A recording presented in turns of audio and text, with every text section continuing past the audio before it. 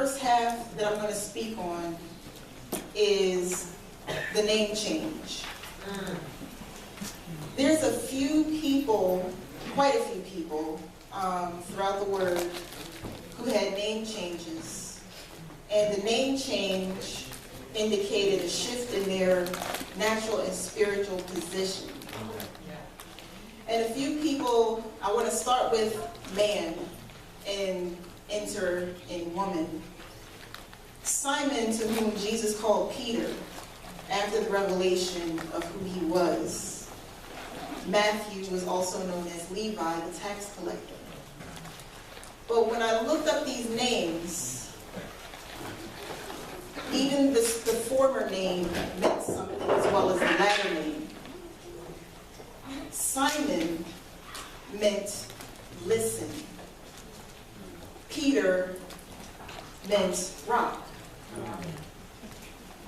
So I had to look up Matthew and then Levi.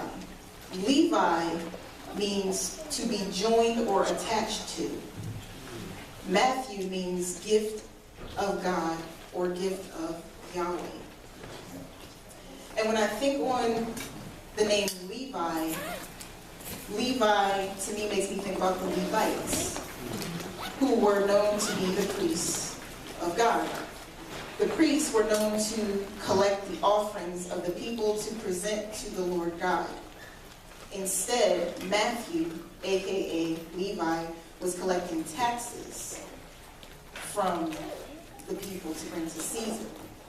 So when I thought about how his name was changed, or it would be referred back to his old name, what did that mean?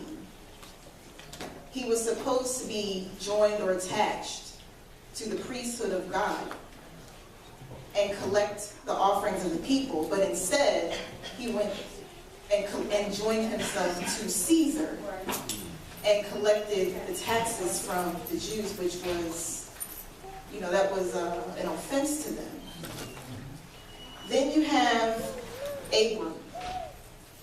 Abram, to whom the Lord changed to Abraham. Sarai, to whom the Lord changed to Sarah. Yes. And I thought about the two of their names and what lacked and what was added. Abram, the correlation I see with Abram or Abraham and Sarah is that Abraham's former name lacked the letter H. Sarah, whose former name was Sarai, changed letters from I to H. And this seemingly signified to me that where Abraham lacked an heir, Sarah needed a change in her heart. Yeah. So God dropped the I from her perspective of I can't do it. Wow. In her heart, Abraham lacked an heir from his lineage. Yeah. So God added to them in that name change. Again, it appears the revelatory study based on a change in position, naturally and spiritually. So what does it mean when the Lord goes back to calling a woman, woman, as he did with the woman of the issue of blood? I believe he referred to her as daughter or woman. There were times when the Lord would say, woman this, woman that, woman thou art loosed from your infirmities. I said, why didn't you call them by their name? Why do you call them woman? I will get to that later. When I thought about when he went to call Peter back to Simon, he would say, Simon, do you love me?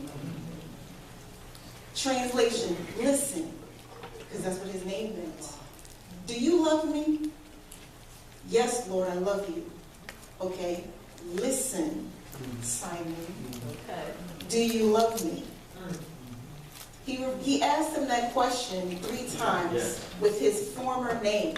Wow. Listen. Wow. And then he called him Peter again. Wow. when I thought about woman, I thought about a lot of the things that I've heard ministers say, and all of them were awesome. I was like, never thought of it that way. Never appeared to me that way. And then one Sunday, when Pastor was ministering on Genesis, the word woman illuminated to me that it was capital. It wasn't a lowercase w, it was a capital W in the King James Bible. I said, okay, there's something about this. So I dug deeper. Today, I want to explain woman in two ways. One of them is that she is full of the wonder of man. I'll explain some of what I mean, again, later in this message. One of the things that jumped out to me when I stared at the word woman was that I saw the word wound. In the W-O, I saw wound. Adam had to first be wounded before God gave him the very tender gift, yet a very precious gift. Jesus was also wounded before our Father gave him a very tender and precious gift, the church. Christ was wounded for our transgressions and bruised for our iniquities. The chastisement of his peace was upon him. Jesus is referred to as the second Adam. Both were wounded in the same place. Their sides. Wow. Wow. I was like, is that a coincidence? The Lord said, nothing with God is a coincidence. Why was the first man Adam pierced in his side and one of his ribs removed to form a woman who the Lord didn't actually call woman? Did he? No. No. Instead, the Lord said, I will make for him a help meet. Okay. And that's not M-E-A-T like the stuff you eat. It's M-E-E-T. I will make him someone to meet where he needs help. Okay.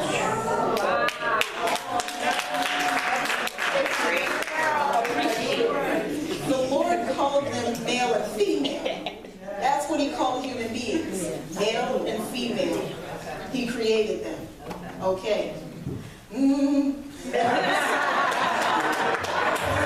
y'all shaking your head? So after God formed his helpmeet, he brought her to Adam just like he did with the other animals to see what he would call her too. Wow. And I don't mean that the way it sounded. Okay, woman is not an animal. Even though the world treats us like that sometimes, Okay. viewed like that sometimes, the devil is a liar. He came from when Adam saw her, he called her woman. That was her name. Woman.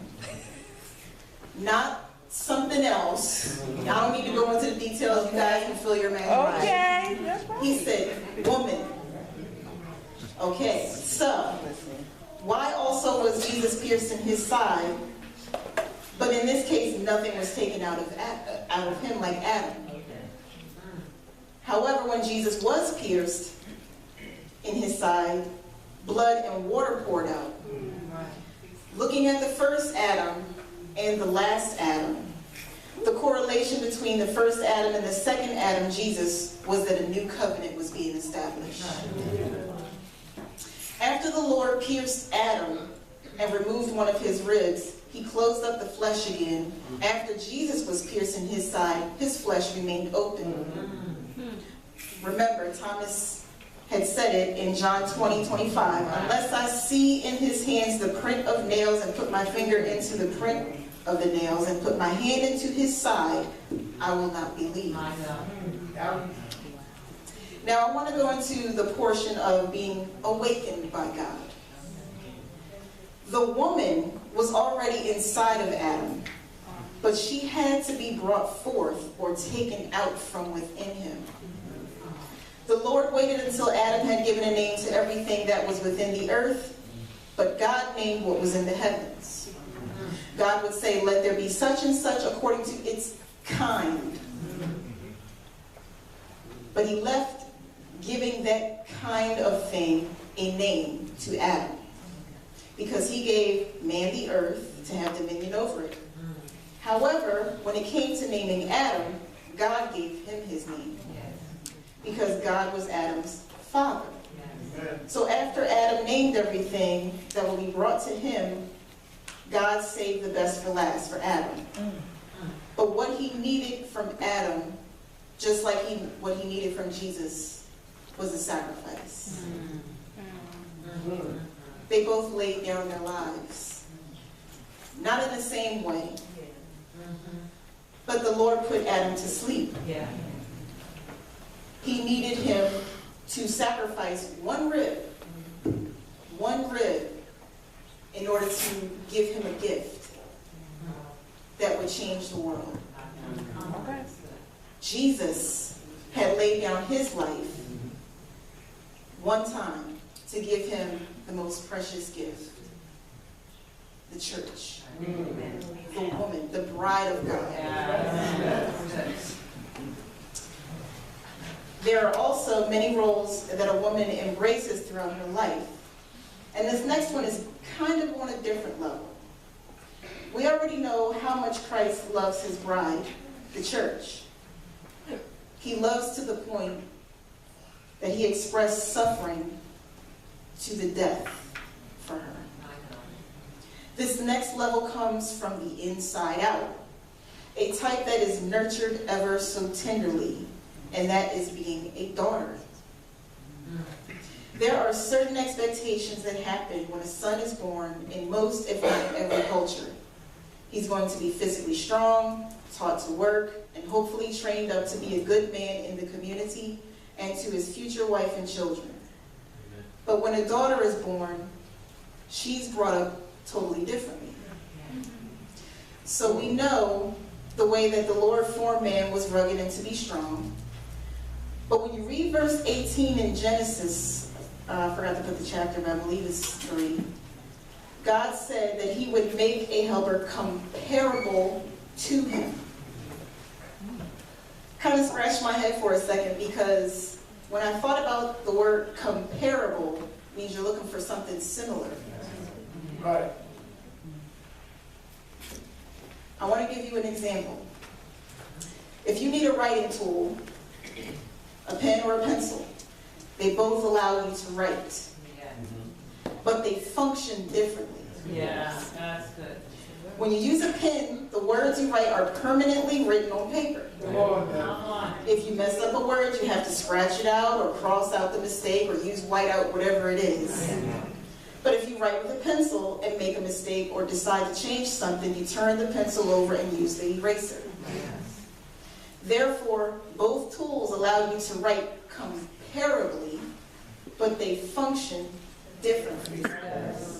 When the Lord God made human beings, and it's going to sound like I'm repeating myself because I have to make a point. In Genesis 2:26, he called them mankind, or in the King James it says man. In verse 27, so God created mankind in his own image. In the image of God, he created them male and female. He created them. Now this is where it gets a little deep. When the Lord made everything in the heavens, including the heaven where his throne is, again, he named it. He called the light day, the darkness night. Remember I said that in one of my other messages. And again, when it came to naming the things in earth, he didn't. He classified them. He gave creation classifications and left the naming of classifying the things to Adam. God gave Adam his daughter. When he saw that Adam was ready, Adam had to work, or Adam had work to do first before the Lord gave Adam his daughter.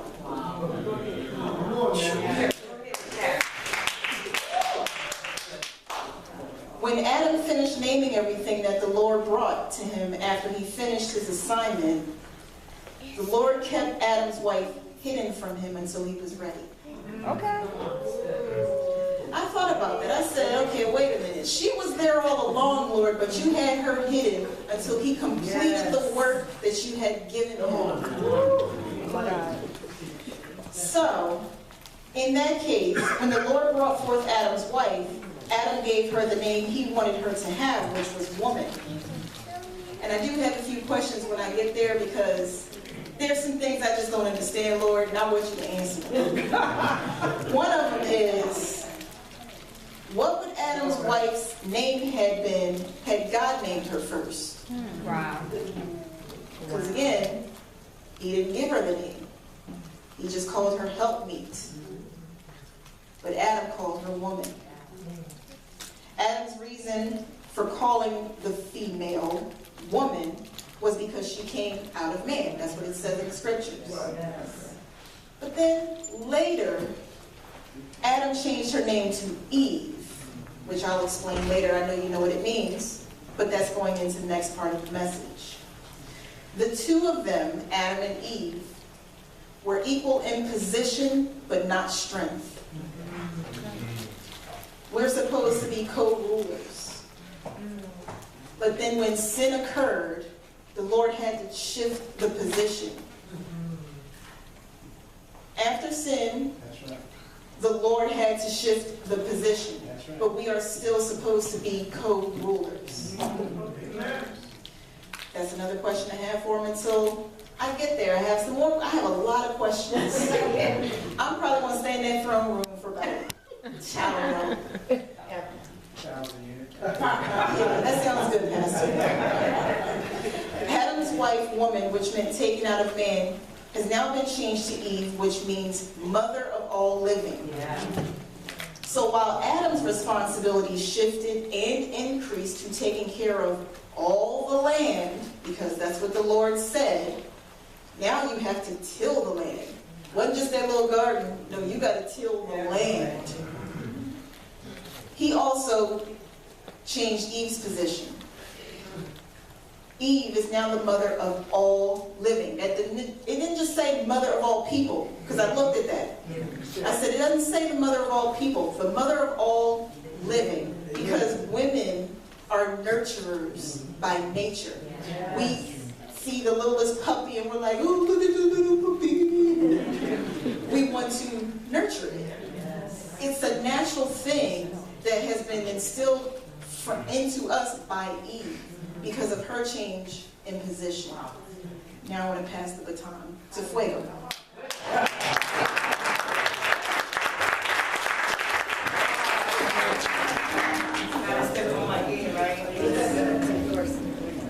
Man, talk about God.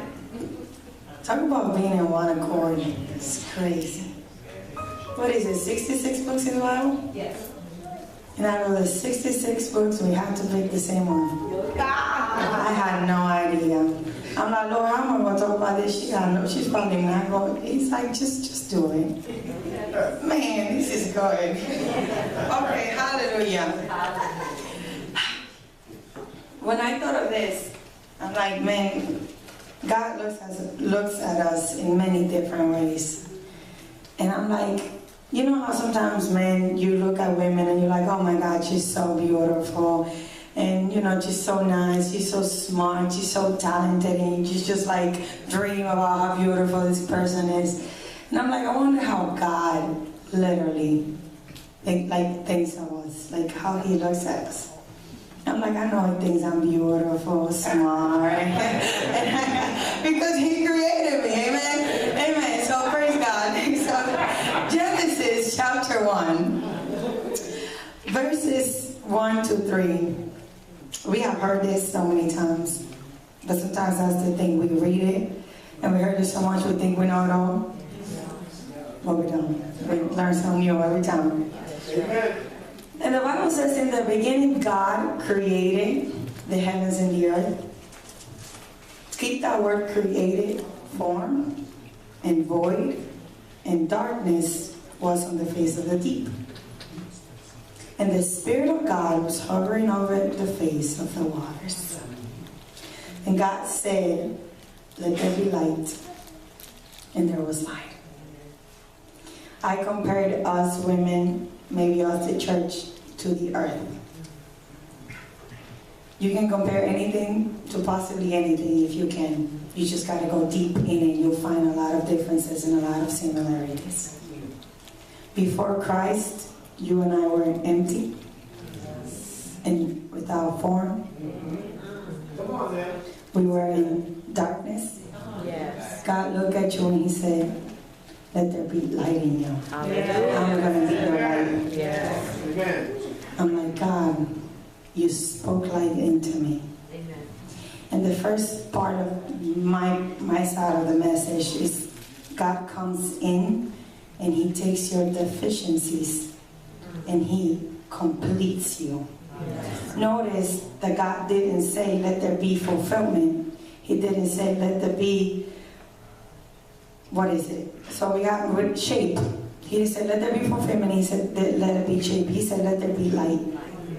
When there is no light, you can't see where the lack of form is, and you can't see where the lack in a person is, because light without darkness doesn't let you see what light allows you to see. When light comes into your life, you're able to see where you need to be shaped, and when light comes into your life, you're able to see where you're lacking. And when you say, Lord, I know I'm lacking this because you have shown it to me, I can see it through your light, then God is able to fill you up, because now we know where the issue is. You cannot come up with a solution unless you know that there is a problem. I'm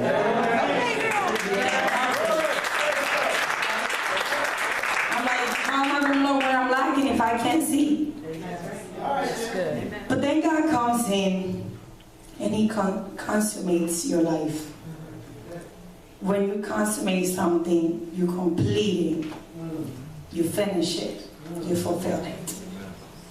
Not only did he come in and looked into my deficiencies, in my lack, in my darkness, in my void, but he came in, he gave me light, Yes. and he filled me up. Yes. He literally made every spot.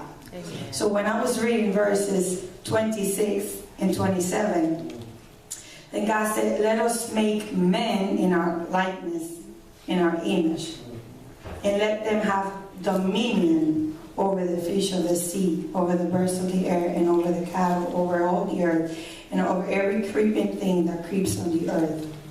So God created, remember the word created, man in his own image, in the image of God. He created him, male and female. He created them all.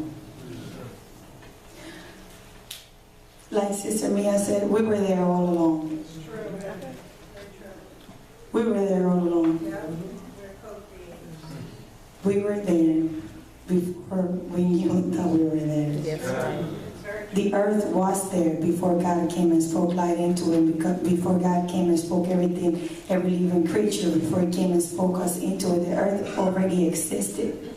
But there is a difference in existence, and there is a difference in actual life.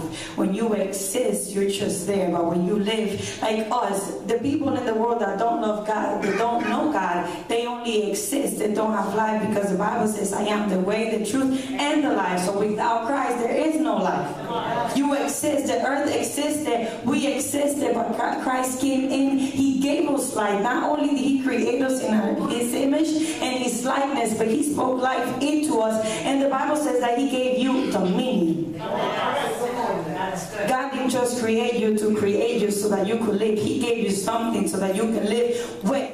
He gave Moses, what did he give Moses, Pastor Chris? He gave Moses the rod that he had. He got the staff. He used that staff for every single thing. He called you, he created you, and said, I'm giving you dominion. You use that dominion for everything that you do. So whenever you are going to operate under faith, when you're going to operate in the gifts of God, when you operate in what God has called you to do, you've got to do it with dominion, because he said, let us give them dominion over the earth. Yes. Sometimes we take for granted the power that we have. Sometimes we take for granted the authority that God has given us. So when I thought of myself as a woman, I'm like, as a young woman, I was like, I have dominion. Not because I chose to have dominion, but because He gave it to me. That's right. He gave it to us. And I want to bring this into the awakening part. And Ephesians 5:14. Let us read it together.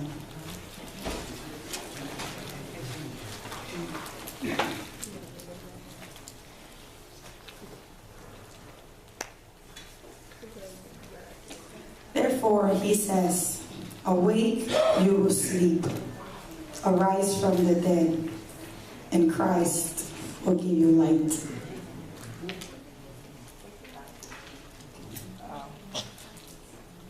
Awake, awake, you who sleep. Arise from the dead, and God will give you light. I kept thinking about that. You can't have light until you arise. He won't give you light unless you are awakened. You gotta see something. I'm gonna turn this up real quick. Let's just pretend like that's close and it's really dark in here. Thank you. Notice something. A little bit of light can be sufficient to overpower darkness, right? Because without this, I can't really see what's there, but with the flashlight, right, I can see a little bit more. Yeah.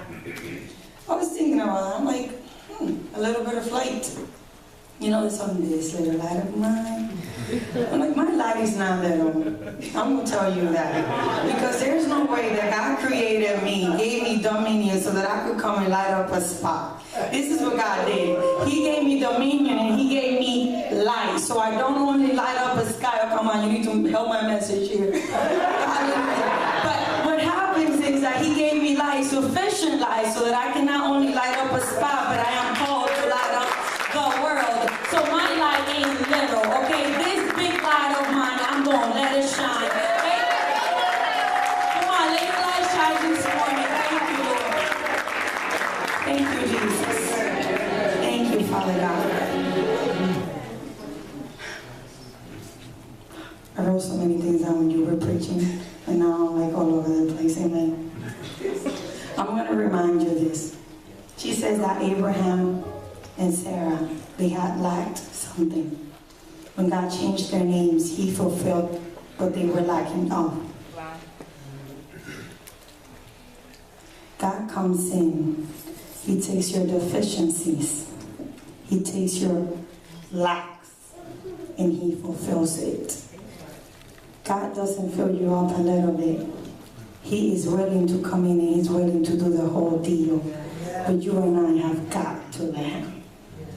Have got to let Him, because He's a gentleman. And those of you that have been on dates before, you know that when you go on a date, the person doesn't get to do to you what you don't let them do to you. They don't get to talk to you the way you don't let them talk to you. They don't get to touch you the way you let them touch to you. You've got to let them. And they won't if you don't. And if they do, you'll call the police, because you know that you better call the police or call on the Lord. Amen. So we know this, and the Holy Spirit is just like that. He is not going to come in and do what you don't let Him do. As simple as that. Man, sometimes we just make it so complicated. I'm like, Lord, I wish we just understand. He comes in, He takes what I'm lacking, He fills me up, He gives me light, and I can do more than what I thought I could do. But I've got to be awakened. I got to get out from among the dead. I got to get down from among those who are sleeping. God didn't call me to sleep. He called me to arise. He called me to wake up. He said, I need you to wake up, because I'm trying to give you light. I need you to wake up. Thank you, Jesus.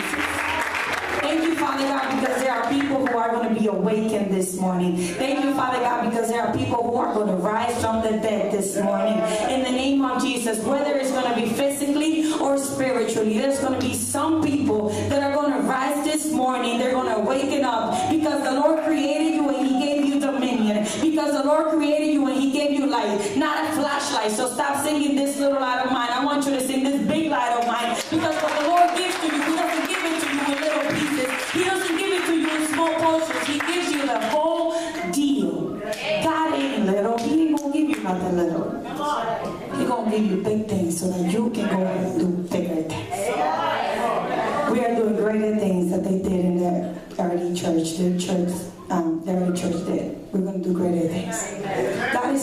is yours, but He's willing to give it to you and me for as long as we take it. Amen. Thank you. Here, come and do the second half because I can't. Amen. I love this book.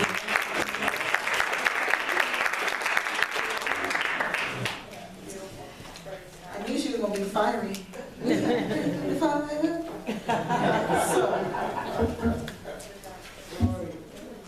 The last half of my message, I love Proverbs.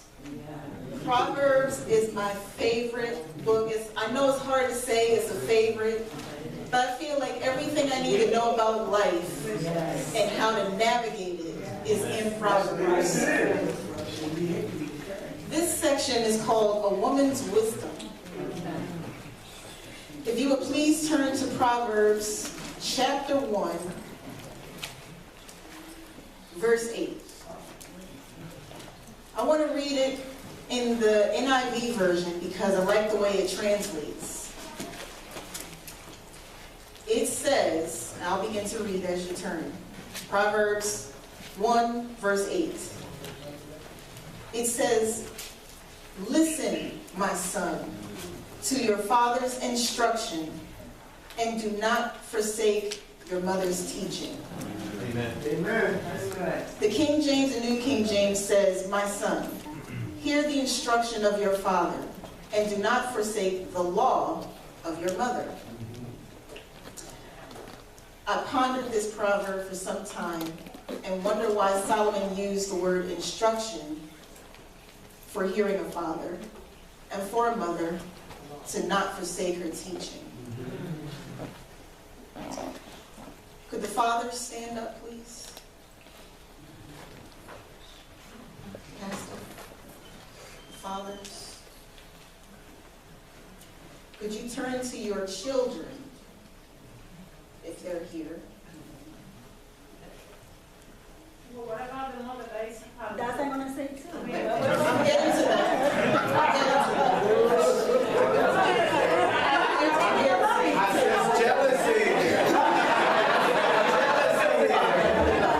Remember, it's called A Woman's Wisdom. Say, Yes, listen, my son, Listen, my son, to your father's instruction, to your father's instruction. and do not forsake your mother's teaching. Do not forsake your mother's teaching. Now, fathers, you may sit. To the women who are playing both roles, you may arise.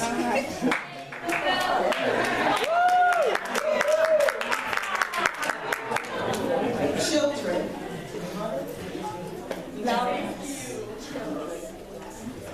children, look at your mothers. Do not forsake their teaching. Do not forsake their teaching. Now, this is where I want to break things down. You may sit. It says that instruction, let me back up a little bit. I had to look in a dictionary to see how instruction was described. It says that instruction is a direction that calls for compliance or submission.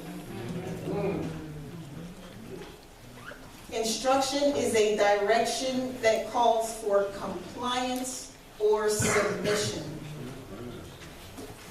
The importance of a father in the home when it comes to children is to put into effect direction that calls for submission to authority. Amen. When a man who is a father fails to do this, his children will eventually grow older not knowing how to cope with the word no. Children don't like to hear that. And I got to pick on my little cousin because he said no is offensive to me. Remember that? Stand up. However, the authority doesn't stop with the father's instruction. He said, do not forsake forsake your mother's teaching. A teacher imparts knowledge, or another way of saying it is a teacher causes you to know how something is done and possibly why it's done the way it is. So do not forsake your mother's teaching. Submit to your fathers and do what he says, but do not forsake your mother's teaching. Women who are mothers, or women in general, are called to teach children certain things. When you buy something from a store, it comes with an instruction manual. The instruction manual tells you what to do, but check this out, it does not tell you why to do it. Instruction manuals tell you what to do, fathers. That's good. But they don't tell you why to do it. You see the picture that needs to be completed. But the instruction manual tells you to do it piece by piece. Do it this way. Do it that way. A mother will come along and say, this is why your father said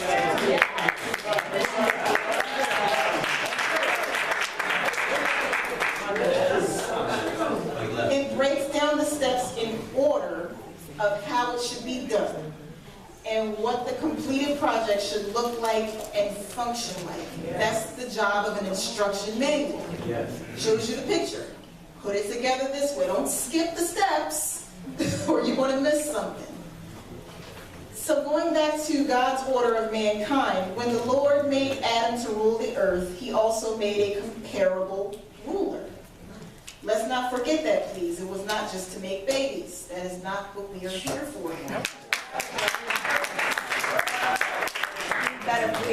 God's original intent when he made human beings was for all of us to rule alongside each other. Women were made to rule alongside men. The order of God's intent for men and women to rule together had shifted once sin occurred, but it was not eradicated. God didn't say, okay, you can't rule anymore. Otherwise, he wouldn't have risen up Esther. That's right. That's right. Come on. A woman's strength differs from a man's strength internally, but equally powerful according to the will of God. I want to tell you guys a little story about elephants. Yay! I love nature. You can always learn something from the things that don't have the Spirit of God the way we do. That's true. Just looking at, even Solomon said, look at the ants. Yeah. So I want to bring up the elephant. I was listening to Tony Evans one day last year, and it was probably toward the end of the year. And it was about the time, again, when Minister Siggy was here, and I was getting so much meat from both teachings. I was just in it. I was like, I got Tupperware full of word. I need to eat all of this while I can, because I don't know when it's going to expire, and I forget it. So I'm still eating and digesting from what she was saying when she was here, and the teachings of what he was saying at the time I needed to hear it. He was telling a story about how these elephants had gone through and destroyed a local town. And the elephants were bull elephants. Bull means the male ones. Yeah. They said they were just tearing up a whole village. They didn't understand why. And it was because there were no older males around, no older male elephants. It was just young bull elephants, teenagers, if you will, wrecking the place, tearing up crops, running amok, pushing down trees, destroying crops. So they had to go into another town and bring in some older bull elephants. The older male bull elephants come in and they strut their stuff. They're like, yeah. You know? Young bull elephants back down because they're much bigger. That's what happens. Where are the fathers? Where are the males where the fathers are missing to step in and shut that stuff down? But I didn't stop there. I said, no, it's got to be more, Lord. I got to go deeper. I looked at a a video in National Geographic to see how elephants communicate. And it's funny because as much science as there is, they still don't know certain things. But the Lord will reveal it to the simple-minded, right? The ones who don't have the degrees that they have. And I'm looking and I said, okay, what's going on with this, Lord, with this particular form of creation? When elephants have herds, you'll see about anywhere from 6 to 20 of them, and when they're in larger numbers, it's because they have to travel. But let's just take the smaller one. The herd of elephants that you see, more than likely, are all female. It's not male and female and babies. It's an all-female herd. The all-female herd, there's one matriarch. She's the wisest. She's been experienced on life as an elephant, how to travel, where to travel during certain seasons, etc. As she yields daughters, she will raise them up, teaching them how to do the same things that she's done. But one of the first things they teach is how to use the trunk, because that's their biggest muscle. The trunk has about 20,000 muscles in it. The little elephant, the calf, doesn't know that it has 20,000 muscles in it. So it just walking around, la-di-da-di. And she begins to pick up the smallest things and shows the baby elephant, look what you can do with the trunk. Picking up the smallest things first. So they learn to pick up the small things. But they still haven't gathered the other muscle in the top part of the trunk. As they master picking up the smallest things, they increase the size and the strength. As she begins to realize that, then they start picking up logs and stuff. I mean, like bigger and bigger. Then the matriarch is surrounded by a family eventually. The family is usually hers, and it's her daughters and her granddaughters. The matriarch will always keep the little babies protected, but she's also training her daughters on how to do the same thing. If the matriarch yields a boy or a bull elephant, the bulls typically stay within the herd for about 10 to 13 years. And then they venture off into what they call a bachelor herd. The bachelor herd teaches them other skills. The matriarch herd teaches them skills in life that they need to survive, but the bachelor herd teaches them temperance. This was the revelation that I understood. When a male, or a man rather, excuse me, when a man is ill-tempered, it's not a good sign. Right. That's true. I don't stay around people who have a short or bad temper. Because that means something's wrong. Either you weren't brought up correctly, or you have no submission to authority. When it comes to children, a boy child should be raised with a proper temperance. And so should the females, the women. When it comes to the life skills, it goes back to what Solomon said. Do not forsake your mother's teaching.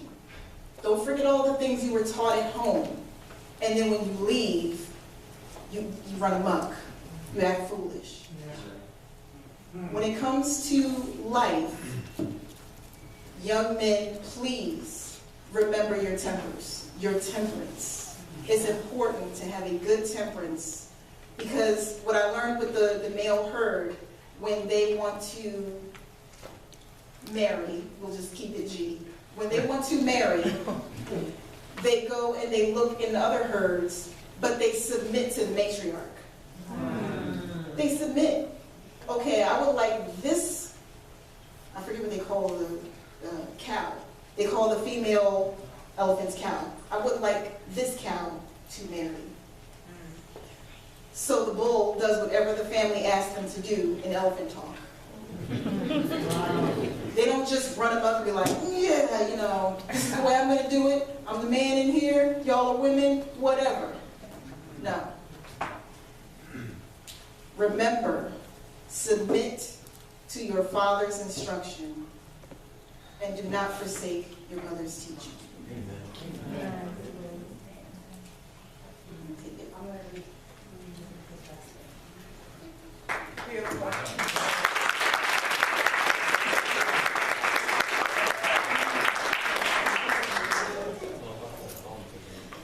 Don't let yourselves get taken in by religious smooth talk. God gets furious with people who are full of religious talks but want nothing to do with Him. Don't even hang around people like that. You rocked your way through that mark once, but no longer.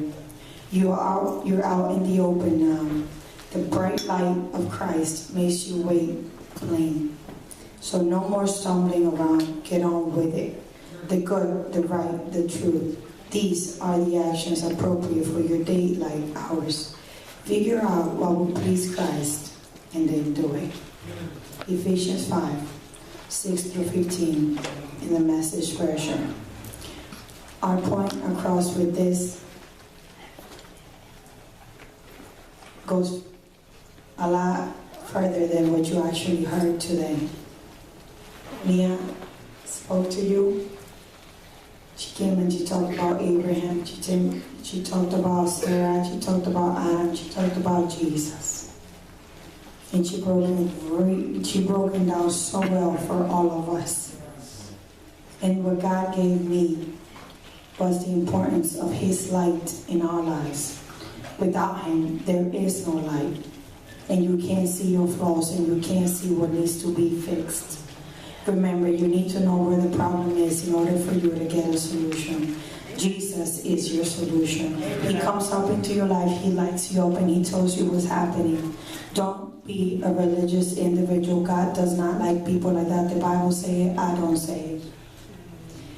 Take what you've learned and get on with it. Get on with it. The Bible says it, hallelujah. Get on with it. Do what you have to do, because it's in a time like this when we need to take messages like this and we can't sit on them, because we're going to be held accountable for each and every word that we heard today, all of us.